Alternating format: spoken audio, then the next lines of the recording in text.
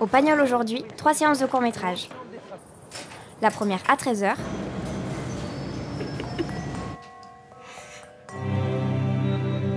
Puis à 17h15. Je sais. La dernière séance sera projetée à 21h45. Moi j'ai des montées de lait, ça me fait trop mal.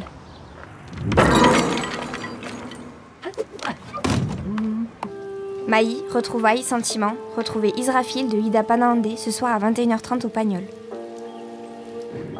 Projection de Secret Ingredients de Gjors Stavreski à 15h15.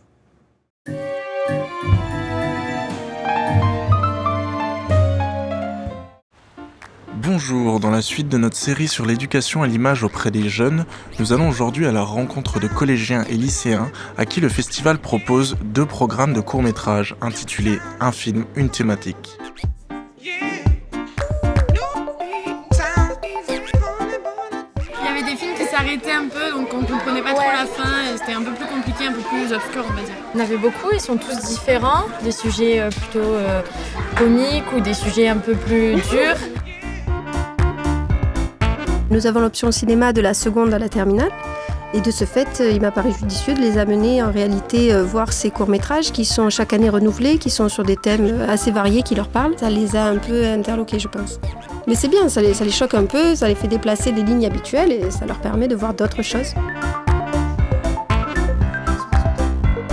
Le matin, on leur propose des courts-métrages. Ensuite, on leur propose un petit débat. On leur fait passer un micro dans la salle pour qu'on puisse répondre à leurs questions. Il y a aussi une réalisatrice ou un réalisateur qui sont présents avec nous pendant ce débat. Alors les ateliers de cet après-midi, ils sont divisés en 2 parties.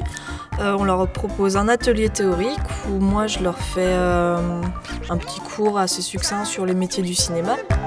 D'un autre côté, on a un atelier pratique où ces jeunes découvrent en fait comment on fait un film.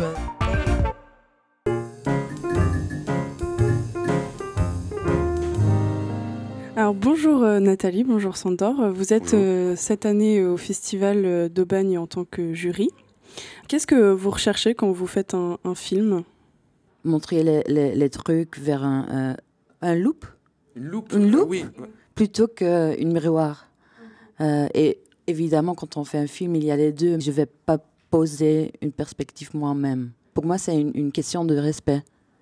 Étant réalisateur vers mon spectateur. Il n'est pas stupide. Et vous, Sandor ? Je t'aurais dit autre chose il y a un moment, mais là, je suis en train de finir un film qui est hyper intense, hyper exigeant. Ça m'a complètement changé, en fait. C'est-à-dire les rushs du début et les rushs de la fin, j'ai pas du tout la même gueule. D'être du début du projet jusqu'à la fin du projet, en étant aussi déterminé avec toutes les galères et de surmonter ça change, quoi. Qu'est-ce que vous recherchez quand vous regardez cette fois un film ? Ne pas être pris pour un con, à ne pas être moralisé, à être bouleversé, ému, tu vois, et déstabilisé aussi. Est-ce que vous avez une anecdote, un souvenir, un moment qui vous a marqué dans votre carrière ? C'est vraiment un souvenir que j'ai. C'était pendant mon tournage de mon long métrage. Bon, les attentats étaient là et Bruxelles était en lockdown. On avait vraiment réfléchi qu'est-ce qu'on fait parce qu'il y avait un peu de panique dans l'équipe et chaque personne commençait à dire non, c'est ça ce qu'on doit faire maintenant. Il faut continuer à raconter des histoires.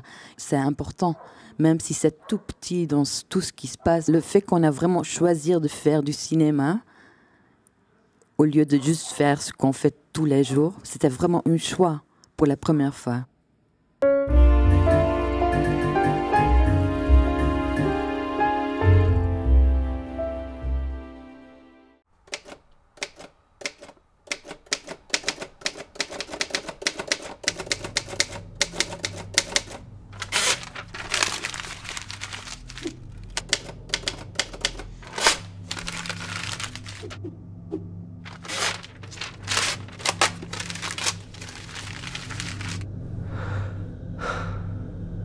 Allez, bouge-toi. Il va pas s'écrire tout seul, ton scénar. C'est bien dans 3 jours que tu dois le rendre. T'en es où, là? Ah ouais, t'as même pas terminé la première séquence. Mais c'est pas grave, je sais ce qui peut t'aider. Tu connais le point commun entre Hemingway, Faulkner et Bukowski? Ça.